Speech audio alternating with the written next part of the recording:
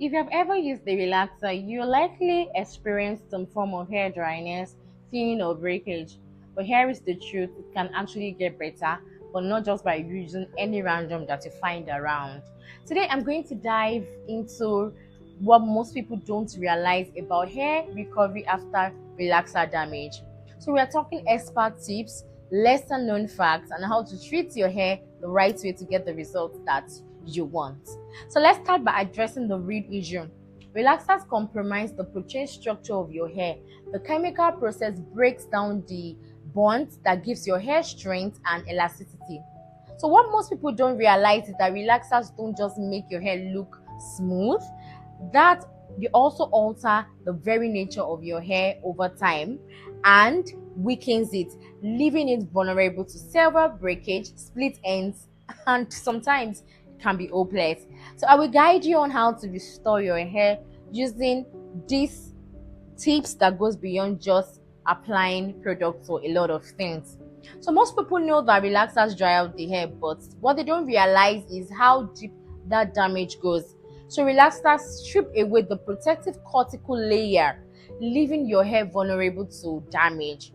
But what's more alarming is the structural damage within the cortex of the hair.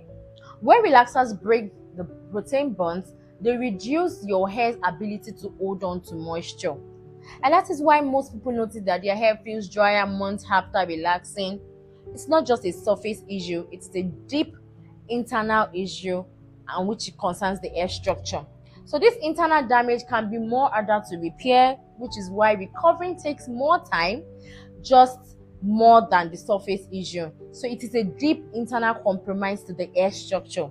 So this internal damage can also be harder to repair, like I mentioned earlier, which is why recovery takes more than just applying a lot of things on your hair strands. So you need to restore those internal protein burns first.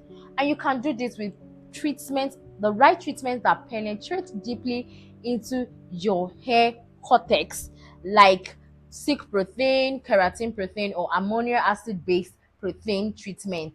So here's what most people go wrong or what they get wrong. They focus too heavily on either protein or just moisture.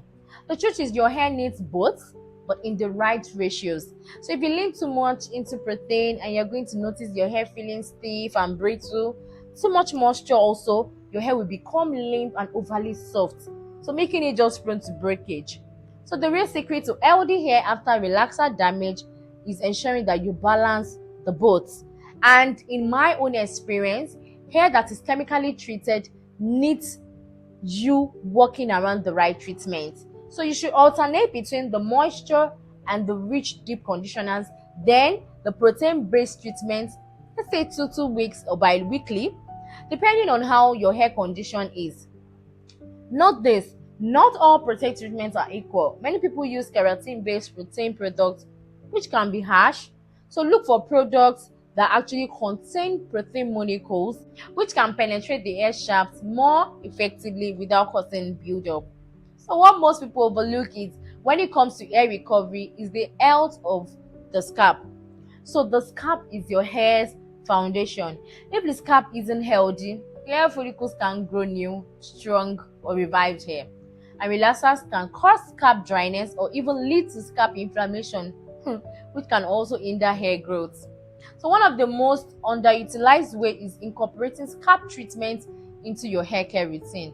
So regular massages do not only improve circulation, but they can also stimulate hair growth, and using oils that actually penetrates better, like almond oil, jojoba oil, can also improve blood flow to the follicles and promote healthy hair growth. In fact, massaging your scalp for just 5 minutes every day can make a huge difference over time. And please do not overlook scalp exfoliation. A clipped scalp encourages optimal hair growth, or using a gentle scrub once in a month to remove dead skin cells and product buildup can go a long way in maintaining and helping your hair follicles. So once you start repairing your hair internally, the next step is to protect it. Most people think that simply wearing a protective vesta is enough, but protecting the hair cuticle is crucial. And another thing is that friction against cotton pillowcases using rough towels can even cause more damage. And I know that most people already know about this by affecting your hair cuticles and causing breakage. So you need to keep that cuticle smooth to lock in moisture and prevent more damage. So use a satin or silk pillowcase every night to reduce friction, or wrap your hair in a silk scarf or bonnet. So those small but effective changes help prevent the hair from drying out and ensure that the moisture and treatment that you're applying are actually solved and not you wasting your time.